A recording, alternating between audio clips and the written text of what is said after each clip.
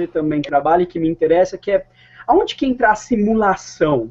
Assim, o estilo específico de jogo, que é a simulação no aprendizado. Do ponto de vista dos simuladores, né, uma das grandes vantagens de uso de simulação em determinadas propostas educacionais é o fato de você conseguir restringir o número de variáveis envolvidas, né? Inicialmente se trabalhava muito com as questões ligadas à segurança, de que você tentava replicar um laboratório ou algumas outras coisas que seriam perigosas na vida real. Mas depois percebeu que uma das grandes utilidades da simulação é você poder trabalhar com um universo de variáveis controlável e, a partir daí, permitir que o estudante ele teste as suas hipóteses em tempo real e que ele obtenha feedback e possa analisar sem problemas ligados a achar que vai ter uma nota negativa e etc. É um processo muito importante de feedback que se constrói e que permite que a resolução de problemas leve à construção de um determinado aprendizado. Eu fico pensando nesses jogos, tipo, eu lembro meus tios já adultos, 30 e poucos anos, 40, isso lá atrás, jogando Fly Simulator, e eles falavam, meu sonho era sempre ser piloto, né, e agora eu posso. E isso mediando um aprendizado, né? Porque alguns ainda bem que não foram, né? Tipo, explodiu um avião e tudo mais. Mas eu lembro quando um tio meu falou, cara, foi a última vez que eu falei com esse tio sobre o Fly Simulator, que ele falou, eu não lembro qual era a versão, mas ele falava assim, nossa, liberou uma versão que dá pra eu viajar pro Japão, mas é tipo, sei lá, 12 horas jogando. Assim, como assim, bicho? Você vai ficar 12 horas? Não, porque é simulador mesmo, né?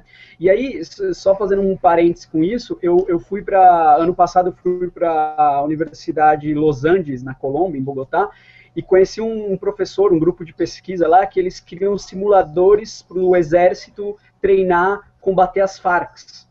Então, era um galpão da engenharia, né? Eles eram todos engenheiros e até era isso que era legal, porque faltava uma poli lá, porque eles falavam assim, a gente faz, né? Mas a gente não tem muita psicologia por trás, a pedagogia por trás, o estilo de aprendizado a gente não tem muito por trás, né? Então, eles falavam assim, a gente cria tecnologia aqui. Então, eles tinham uns barcos reais, né, do exército, e tinha um helicóptero e tudo mais, com metralhadora de verdade, com o peso dela tal, e tudo isso era digitalizado, onde o treinamento não era atirar para matar, como a maioria das pessoas pensam, mas o treino é ensinar eles aonde olhar na floresta que o exército das Farc costuma ficar. Porque tem um lugar específicos, né? Não é em qualquer lugar, assim. Então, como a simulação, ela pode ser uma ponte para o aprendizado, né, Pauline? Eu acho que, assim, primeiro, né, todo jogo ele tem um aprendizado envolvido. Se a gente parar para pensar, todos os games com os quais a gente interage, nós temos um aprendizado, nós temos uma curva de aprendizado envolvida, né, seja Angry Birds ou seja um simulador, o que seja. Eu acho que outra coisa, outro ponto que você tocou que é muito importante é o uso de simulação no âmbito militar, né? O próprio American Army foi um jogo que foi elaborado com o intuito de recrutar jovens para o exército. Então, eu acho que os simuladores, eles têm realmente um apelo em relação a essa conexão com o real, que faz com que ele seja popular não só para treinamento, mas ele seja popular também para um jogador. Outra coisa que eu acho que é bacana do simulador também é poder ser utilizado em tratamentos de fobia, né? Que eu acho que isso também faz parte do trâmite aí que vocês trabalham, não é mesmo? Não, sem dúvida. Sem dúvida.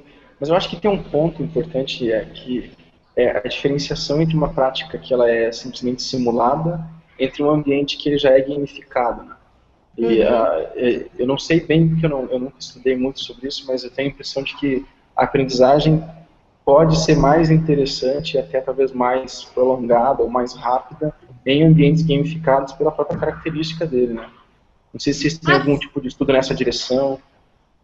Na verdade, assim, tem alguns estudos recentes inclusive uma das pessoas que deu origem à Nintendo está envolvida com isso, que é a questão de o quanto você pode tornar a aprendizagem menos exposta no processo do jogo, né? Porque uma das grandes discussões quando a gente fala de jogos educacionais é que o conteúdo muitas vezes se sobrepõe ao jogo e que o jogo acaba se tornando entediante, né? Aí você acaba achando que o jogo é chato e você não quer se divertir. Então, as pesquisas atuais, elas tentam ver quais são os mecanismos que podem ser utilizados para que realmente você não tenha essa percepção de que você está aprendendo, para que você queira mesmo imergir no jogo pelo lado lúdico. Então, isso é uma das tendências de pesquisa na área de serious game atualmente. Que é um pouquinho aquela coisa... a gente estava discutindo outro dia a definição de engajamento e imersão e tal, né? São definições difíceis, de cada linha de pesquisa pensa de um jeito e tal. Mas eu gostei de uma definição até simplista de um dos nossos colegas da Neurogames, mas, ou seja, não científica, mas ele falou assim, para mim eu defino engajamento como a capacidade de do jogo não me tirar do fluxo. Aí eu falei assim, nossa, você já está usando uma outra definição, mas é simples e eu gostei, assim, né? Então, nesse curso online do Senhor dos Anéis, o cara falava assim, esse jogo é fantástico, só que ele tira você do jogo o tempo inteiro. Porque você tá lá e você tem que clicar na caixinha, aparece aquele texto gigantesco, com aquela baita citação do Tolkien, tipo inglês medieval, assim, né? Você tem que ler e no fim pegar a missão para você fazer alguma coisa. Isso é legal, mas tira o apelo, né, um pouco do jogo. E quando você pega esses jogos, até como World of Warcraft, ele já tenta, ainda tem a caixa de texto, tem tudo isso lá, mas ele tenta mastigar mais para você. Você não precisa ler tanto. Se você quiser, você só bate o olho no finalzinho ali e já tem a instrução, né? Porque acho que isso é um elemento muito complicado. Esse professor da Vanderbilt, da universidade que está dando o curso, ele falava assim, será que existem outras formas? O João caiu. Daqui a pouco ele volta. Será que existem outras formas da gente narrar uma história, passar um aprendizado sem ser tão conteudista, né, Polly? Eu acho que essa questão do conteúdo ela é crucial, né, quando a gente está trabalhando com o jogo.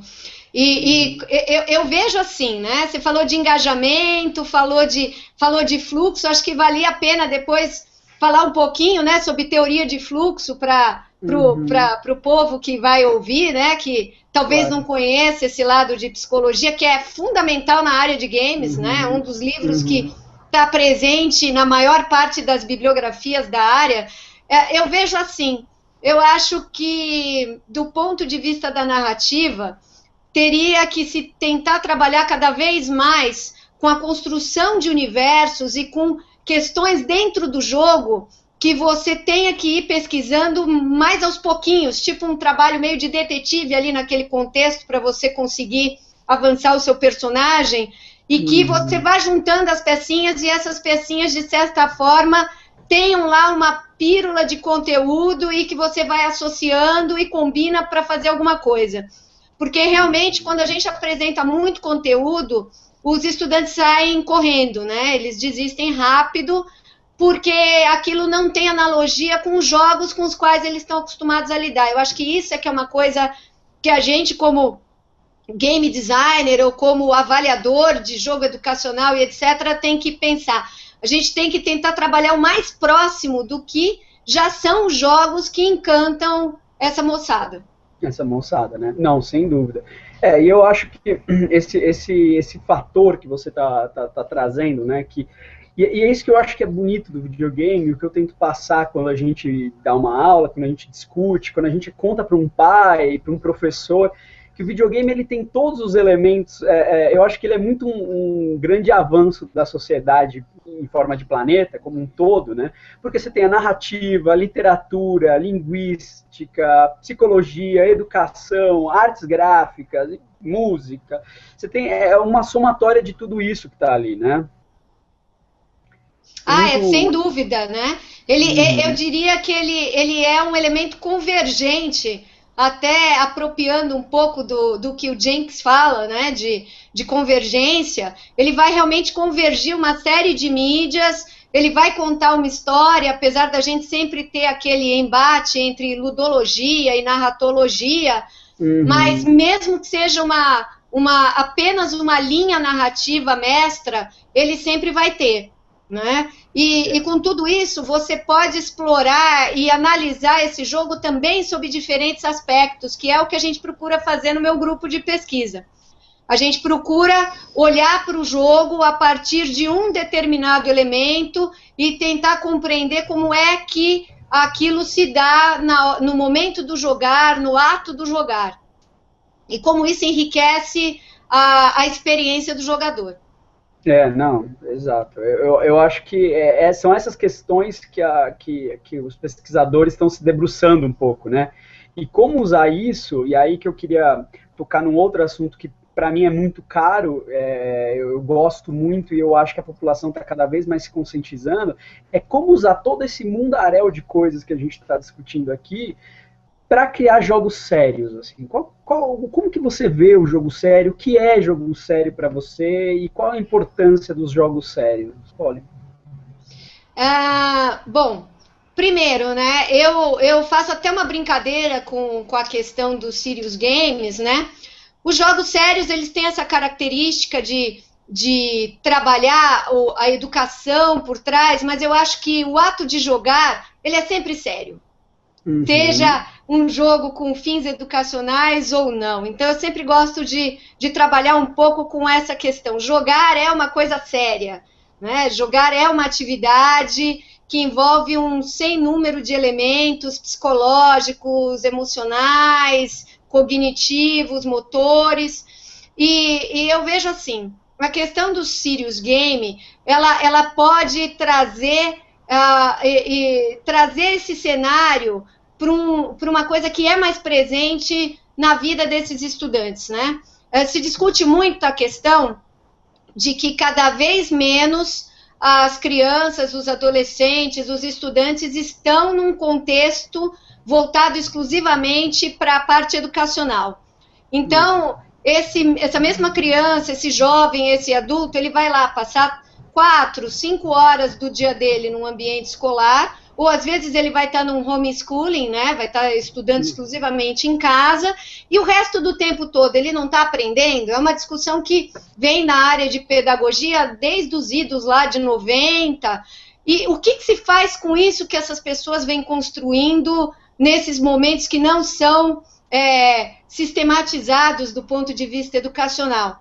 Eu vejo que a gente pode começar a aproveitar e trazer para o ambiente escolar as discussões, tanto que algumas universidades americanas, elas têm começado a instituir cursos na graduação, na pós-graduação, que partem da discussão de jogos como World of Warcraft, por exemplo, para analisar como é que é a economia, como é que é outras questões de acordo com o currículo. Eu acho que uma coisa que a gente sempre deve pensar é que a gente, além de tentar desenvolver jogos que tenham alguma finalidade educacional por trás, a gente tem que se apropriar, sim, da cultura e dos jogos comerciais que já existem e trazê-los, inclusive, como elementos geradores ou como subsunsores, né, como trabalharia o Ausubel, no ambiente escolar, seja ele qual for.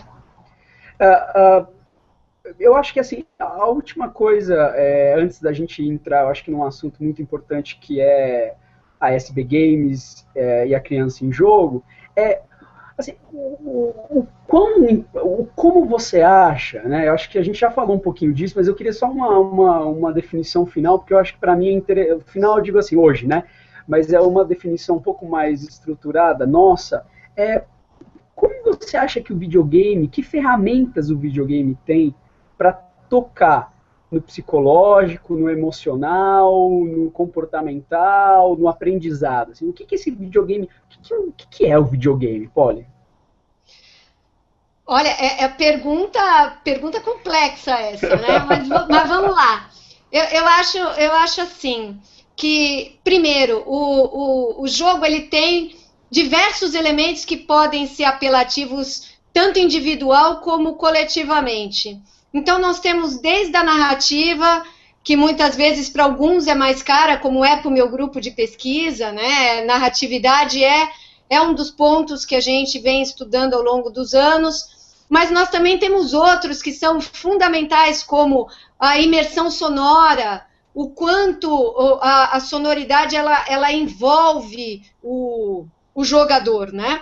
Eu tive um orientando que trabalhou com isso, e eu me lembro que a primeira discussão que nós tivemos era sobre o Silent Hill, que no caso do uso do Wii, ele tinha um dispositivo que fazia com que você ouvisse um chiado de rádio, você tinha toda uma outra questão que se recomendava que se jogasse no escuro, como se você estivesse no cinema, né, a chamada sala escura, que é o nome que a gente dá para o cinema, como elemento complementar de imersão, e quantos elementos sonoros eram fundamentais, já que o jogo ocorria num cenário em que você verificava sombras, mas você não tinha clareza, ou seja, o quanto você usava a audição como elemento para se movimentar naquele ambiente. A gente tem a própria física, tantos jogos trabalham com isso, né? O quão mais real isso fica. A gente está jogando um jogo de tiro em primeira pessoa, um FPS, e você está com os seus amigos lá, e você escuta uma explosão de um lado, você escuta o pessoal te chamando do outro, e falando nisso, eu conheço muita gente que aprendeu outro idioma jogando por conta de começar a interagir e ter que se comunicar e compreender o que tinha que ser feito ali, e aprendeu inglês, por exemplo. Uma grande parte de estudantes que eu conheço diz que aprendeu inglês jogando, porque tinha que conseguir entender o que era para ser feito, para poder cumprir os objetivos. Eu acho que a gente sempre tem realmente elementos que podem nos encantar de uma forma ou de outra, ou num pacote de imersão mesmo. Eu acho que uma das palavras-chave para jogo é imersão. A gente conseguir criar um ambiente imersivo para jogos educacionais, eu acho que é uma das coisas mais importantes mesmo.